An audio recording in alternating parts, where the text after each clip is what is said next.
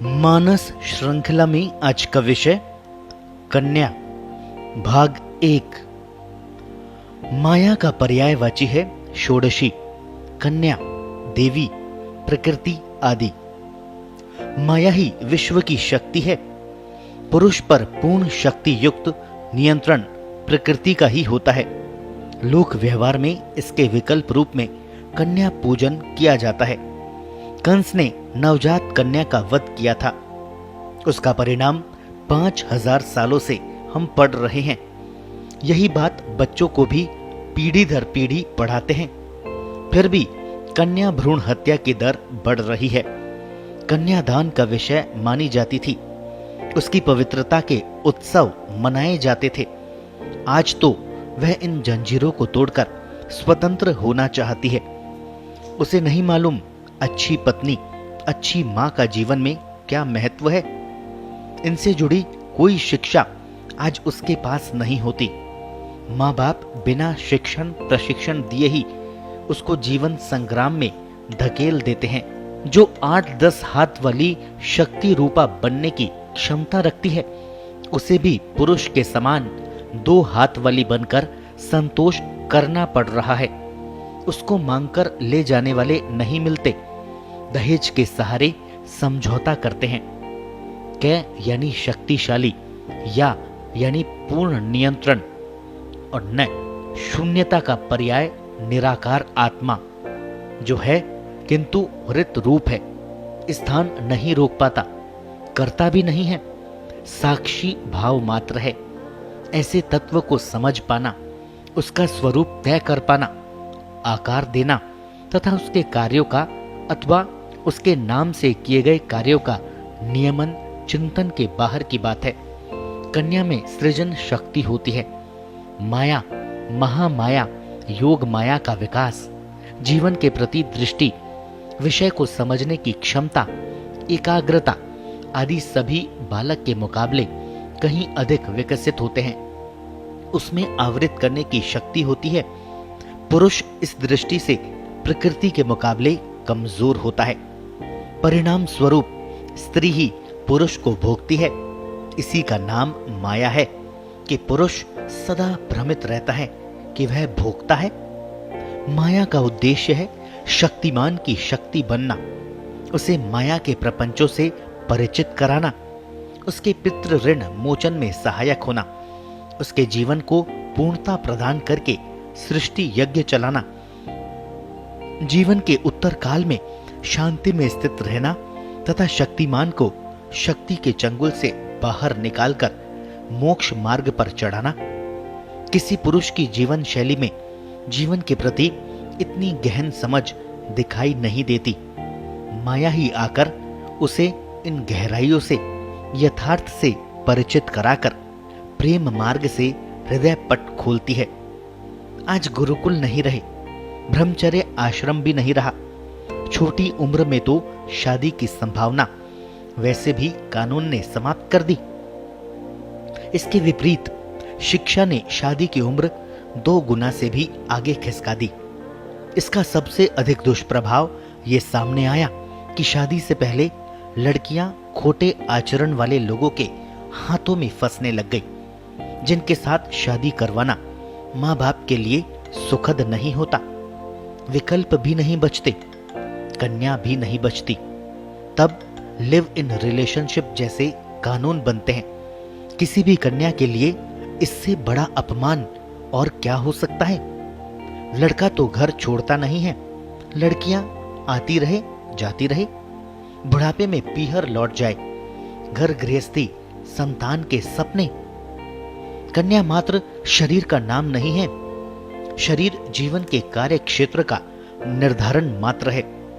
कार्य कब और कैसे अथवा क्यों करना है, यात्रा का निर्धारण वाहन नहीं करता, चालक करता है।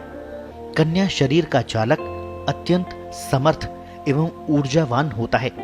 ऊर्जाओं के संचालन की क्षमता अद्भुत होती है। शरीर से कोमलता, चेहरे से निर्मलता और आंखों में चपलता उसके सृष्टि निर्माण के अस्त्र शस्त्र हैं।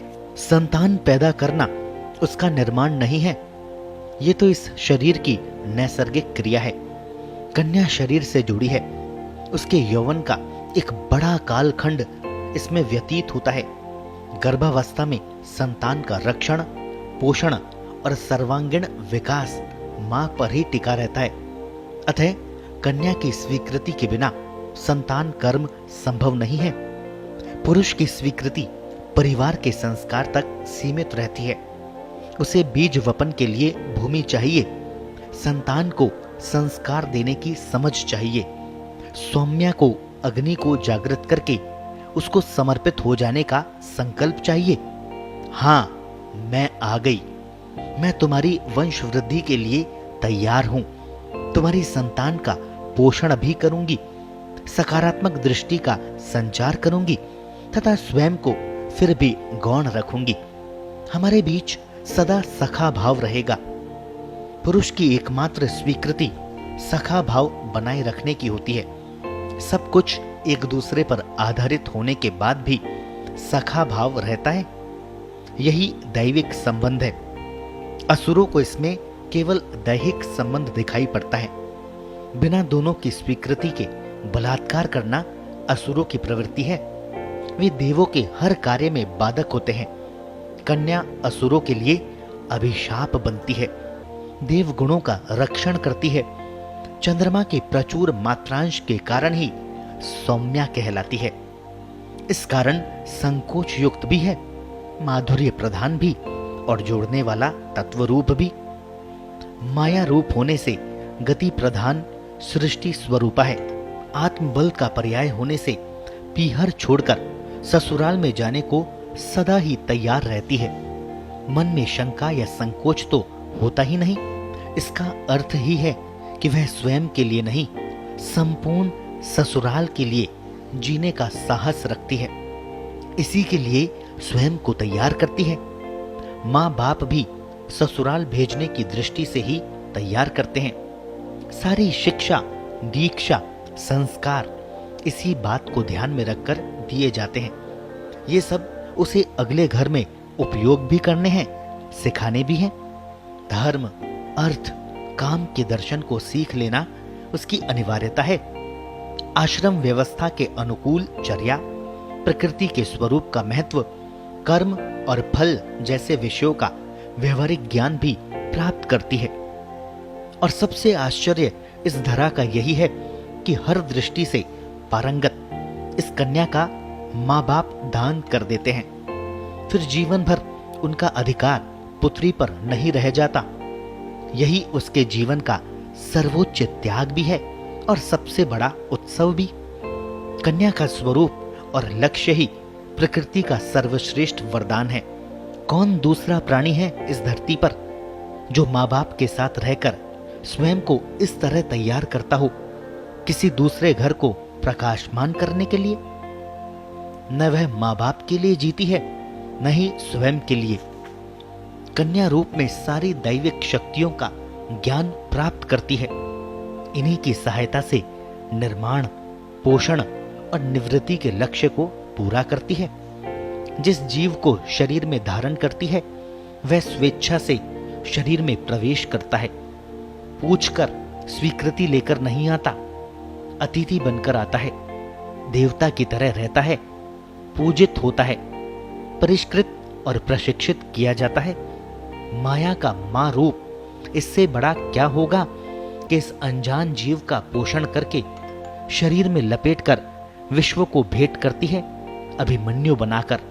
ससुराल में भी अनजान जीव भिन्न भिन्न शरीरों में रहते हैं। इसी स्थिति में अपने कर्मों का, प्रारब्ध का भोग भी करती है। संतान के आत्मा को संस्कारित भी करती है। पति को देवरति में प्रवेश कराती है। उसके मन में विरक्ति पैदा करती है ताकि कामना से निवृत्त हो सके। पति की मोक्ष मार्ग पर प्रतिष्ठा ही इसके जीवन का लक्ष्य है। पितृ ऋण चुकाने में सहायक होना, पीहर की शक्तियों का ससुराल में स्थानांतरण करना, पितृ प्राण, देव प्राण एवं भूत ग्राम का स्थानांतरण ही विवाह का प्रयोजन होता है। कन्या का इन पर नियंत्रण रहता है। तब कन्या का पूजन क्यों न हो? भाग्यहीन है वे जो भ्रूण हत्या करते हैं, दहेज के लिए चेतन को प्रताड़ित करते हैं, कन्या का अपमान अथवा उसके साथ अभद्र या आसुरी व्यवहार करते हैं। मीरा आज भी अमर है। उसको कुलनाशी कहने वाली सास का अता पता ही नहीं। कन्या भावी सभ्यता, संस्कृति एवं सृष्टि विराट की प्रतिकृति है। भगवान से प्रार्थना करें कि इस देश में फिर से कन्याओं की इज्जत बढ़े, ताकि देश फिर से ज्ञान में विश्व का सिरमौर बने, सुख शांति की स्थापना हो और आत्माएं मुक्ति को प्राप्त हो। कन्या एक बंधन युक्त आत्मा का वरण करती है, उसके मुक्त होने में सहायक होती है। वही माया स्वतंत्र घूम रही आत्मा को शरीर प्रदान कर अपने लक्ष्य की ओर बढ़ने के लिए जीने का मार्ग देती है। उसके साथ क्या बीतता है उसे सहन कर पाने की क्षमता भी उसमें होती है। जिस कन्या का संकल्प टूट जाता है वह टूटे पत्थर की तरह और संकल्पवान छीनी हथौड़े की चोट खा खा कर मूर्ति बन जाती है। हर कन्या में ये दिव्य स्वरूप विद्यमान रहता है, अतः उसका पूजन किया जाता है।